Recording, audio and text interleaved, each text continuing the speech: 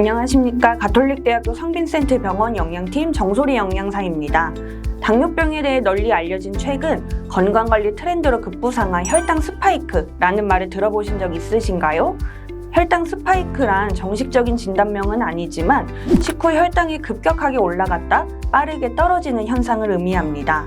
혈당 스파이크의 증상으로는 식곤증, 식후 얼마 지나지 않은 허기와 갈증, 식후 어지럼증 등이 있는데 특히 탄수화물과 단당류 위주의 식사 시 증상이 더 심하게 나타납니다. 보통 건강검진을 할 때 공복 혈당만 측정하면 혈당이 높은지 몰랐다가 혈당 스파이크 현상을 경험하면서 조기에 당뇨를 발견하기도 하여 관심을 받고 있습니다. 사실 식후 혈당이 올라가는 건 음식으로부터 에너지를 얻는 과정에 있어 자연스러운 현상입니다. 다만 건강한 사람이라고 해도 지나치게 식후 혈당이 높고 단기간에 고혈당 상태가 빈번하거나 하루 동안의 혈당 변동폭이 크다면 장기적으로 제2형 당뇨병, 심혈관 질환 등의 발생 위험을 높일 수 있습니다. 정상적인 식후 혈당 수치는 첫 수저를 뜬 시점부터 가장 혈당이 높은 식후 2시간 혈당을 기준으로 140 미만, 당뇨병의 경우 180 미만을 조절 목표라고 합니다. 혈당 스파이크의 원인은 불규칙한 식사와 과식, 단순당 위주의 식사, 운동과 수면 부족, 스트레스 등으로 다양하며 예방을 위해 생활습관의 개선이 가장 바람직합니다. 그럼 혈당 스파이크를 예방하는 식사 방법에 대해 알아보도록 하겠습니다. 다만 기저질환, 식습관, 생활 패턴 등에 따라 사람마다 차이가 있으므로 개별적인 식사 방법은 전문가와의 상담이 필요합니다. 첫 번째, 규칙적으로 천천히 세 끼니 식사하기입니다. 식사 시간이 불규칙하면 그에 따라 혈당도 불규칙해집니다. 특히 끼니를 건너뛴 다음에 식사를 하게 되면 당 흡수 속도가 빨라져 더 급격하게 혈당이 올라갈 수 있습니다. 따라서 하루 3끼니 4시간에서 6시간 간격을 유지하며 규칙적으로 식사하는 것을 권장합니다. 3끼니 식사 외에 간식도 드실 수 있습니다. 간식은 식후 2-3시간 뒤 하루 2번 정도 유제품이나 과일과 같이 영양소가 풍부한 음식으로 섭취합니다. 이때 유제품과 과일 모두 자연적으로 당을 갖고 있어 과일은 하루에 1-2개, 우유는 200ml 기준으로 1-2잔 정도가 적당합니다. 두 번째, 과식은 피하고 적당한 열량 및 탄수화물 섭취하기입니다. 나에게 필요한 열량과 탄수화물 섭취량은 키, 체중, 성별, 활동 정도 등에 따라 차이가 크지만 성인 남자의 경우 하루에 약 2,500kcal, 여자는 약 2,000kcal 정도가 적당합니다. 탄수화물의 적당한 섭취량은 보통 하루 필요한 열량의 50에서 60% 정도입니다.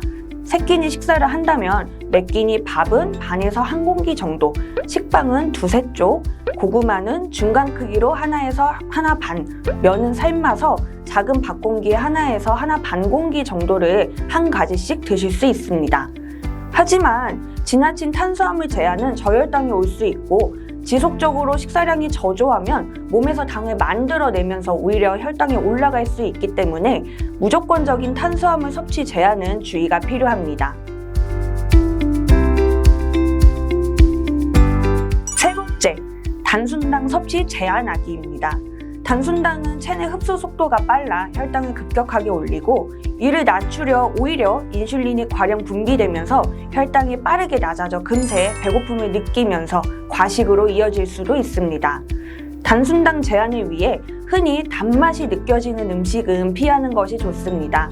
대표적으로 음식에 들어가는 설탕, 꿀, 물엿, 시럽 등이 있는데 조리 시 단맛이 필요하다면 대체 감미료를 소량 사용할 수 있습니다. 이 외에 당이 첨가된 탄산음료, 이온음료, 믹스커피 등의 음료수와 과자류 등의 가공식품은 최대한 당 함량이 적은 것을 선택하시는 것이 좋습니다. 또한 샐러드를 드실 때 드레싱을 과도하게 많이 사용하거나 음식 섭취 시 소스를 듬뿍 찍어 드시면 기존 음식에 함유된 당보다 추가적으로 당 섭취가 늘어나게 되므로 적게 사용하실수록 좋습니다. 마지막으로 네 번째, 충분한 식이섬유소 섭취하기입니다. 정제되지 않은 곡류와 채소류, 해조류 섭취를 통해 충분한 식이섬유소를 섭취하게 되면 혈당이 오르는 속도를 늦춰 식후 혈당 조절에 도움을 줄 수 있습니다. 따라서 흰 밥이나 빵, 면 등의 정제된 형태보다 잡곡밥, 통곡물빵 등의 식품으로 필요한 탄수화물을 섭취하시는 것이 좋습니다. 그리고 매 끼니 가장 많은 반찬으로는 채소류나 해조류를 넉넉하게 섭취하시는 것이 좋습니다. 나물 반찬 외에 쌈채소나 생채소, 샐러드 등 어떤 형태든 좋으므로 신선한 채소 반찬의 섭취를 권장합니다. 지금까지 내용 들어보시면 걱정이 많으실 수도 있습니다. 내가 좋아하는 음식을 포기해야 된다고 걱정하실 수 있는데 사실 지금의 내용은 당이 없는 분들한테도 모두 똑같이 적용되는 부분입니다. 따라서 혈당이 높기 때문에 식사를 조절한다기보다는 예방적인 차원에서 그냥 나의 건강, 나아가 가족의 건강을 위해서 위의 내용을 참고해 주시면 좋을 것 같습니다.